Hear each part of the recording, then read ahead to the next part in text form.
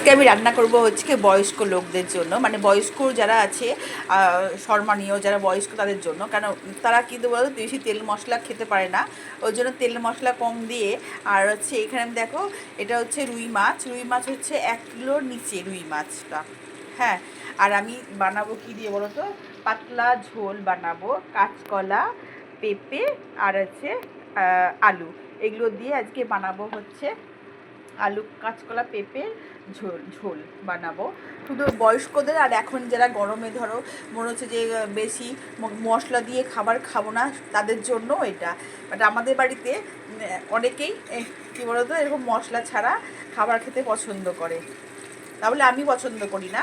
আমি একটু সেই জন্য মাছটা ভাজতে দিয়েছি। আমি একবারও মানে মশলা ছাড়া খাবার, মানে আমার হচ্ছে কষা কষা হবে আর ড্রাই হবে, বেশি ঝোল আমি তো একটুও পছন্দ করি না। মাছের এক পিস ভাজা হয়ে গেছে, আমি আরেকটা পিস ভাজতে দিয়েছি, ভাজাটা হয়ে যাক। দেখো মাছগুলো একটু কড়া কড়া করে ভাজছি, বাড়ির লোকের সবাই কী বলতো কড়া মাছ এগুলো ভেঙেও যাচ্ছে গো। দাঁড়াও দেখি, কড়া মাছ বেশি পছন্দ করে বাড়িতে সবাই বেশি। এটাই আগে তুলি, এটা ভেঙে যাচ্ছে বলে এটাই আগে তুলি। দেখো এটা ভেঙে যাচ্ছিলো, এটা আমি এবার তুলে তুলে রেখে দেবো এটার মধ্যে।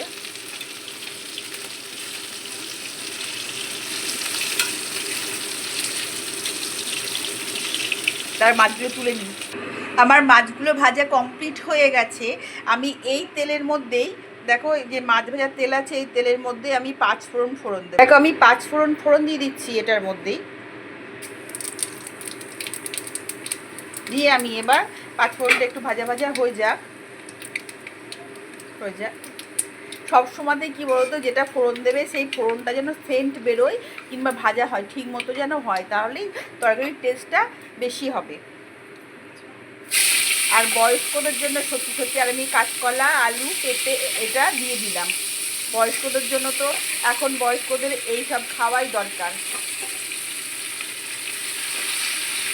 আর এটা হচ্ছে এমনই একটা খাবার যে মানে ঝোলটা এতটাই টেস্টি হবে যে সবারই ভালো লাগবে খেতে। আমি লবণ দিলাম আর হলুদ দিলাম। এবার আমি একটু নাড়াচাড়া করবো দিয়ে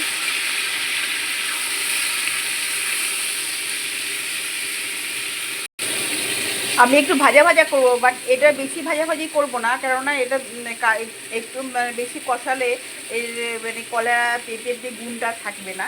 তার জন্য আমি এখানে কাঁচা লঙ্কা আর হচ্ছে লাল লঙ্কা, কাঁচা লাল লঙ্কা দিয়ে দিলাম। হ্যাঁ, এর সঙ্গে আমি একটু জিরের গুঁড়ো দিয়ে দেবো। মশলা শুধু জিরের গুঁড়োই, আর কিছুই মশলা না, জিরের গুঁড়ো দেবো। আর দিয়ে তারপরে আমি জল দিয়ে দেবো একটু নাড়াচাড়া করে। এবার আমি জলটা দিয়ে দেবো। দেখো জলটা আমি একটু পরিমাণ বেশি দেবো, যেগুলো সিদ্ধ করতে হবে। এখানে আমি জলটা দিয়েই দিয়েছি। আর দেখো এই যে জলটা অনেকটাই দিয়েছি, যেহেতু আমি ঝোল করবো, ঝোল করবো। আর এইটা ফুটলে আমি মাছটা দিয়ে দেবো, সেজন্য আমি ঢাকনাটা দিয়ে দিলাম। আর লবণ হলুদ কাঁচা লঙ্কা তো দিয়ে দিয়েছি, এটা আমি শুধু কাঁচা লঙ্কা দিয়ে বানাবো, মশলা তো দিয়েই দিয়েছি। এখন ঢাকা থাক কিছুক্ষণ, 15 মিনিট মতো ঢাকা থাক। আমি এবার ঢাকনাটাকে খুলবো। দেখো ঢাকনাটা খুলছি, তরকারিটা ফুটতে শুরু করে দিয়েছে। আমি মাছ করা সব দিয়ে দেবো।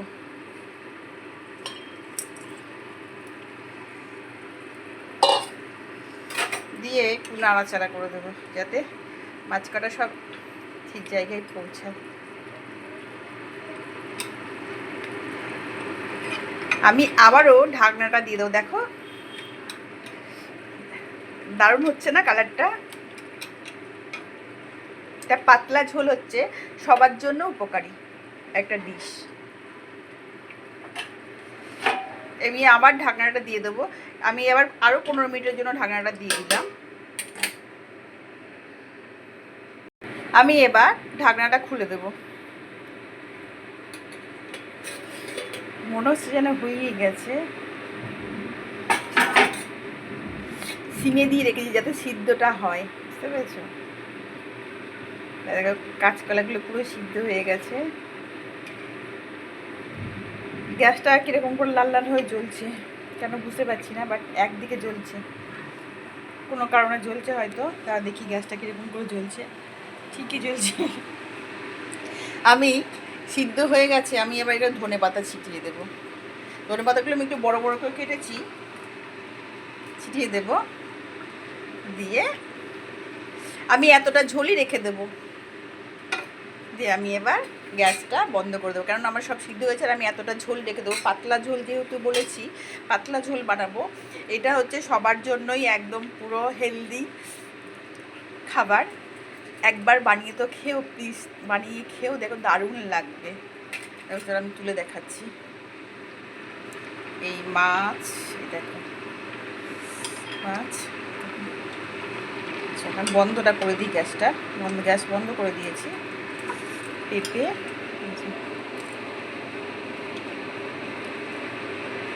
আলু, পেঁপে, কাঁচকলাগুলো পুরো ইয়ে হয়ে গেছে।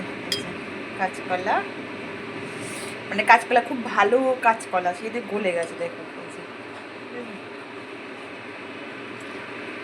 এই রান্নাটা যদি ভালো লেগে থাকে তাহলে লাইক আর ফলো আর সাবস্ক্রাইব করে দিও, ঠিক আছে?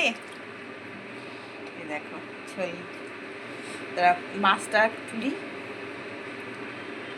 এই দেখো কত বড় একটা লেজা। রান্না আমার ডান।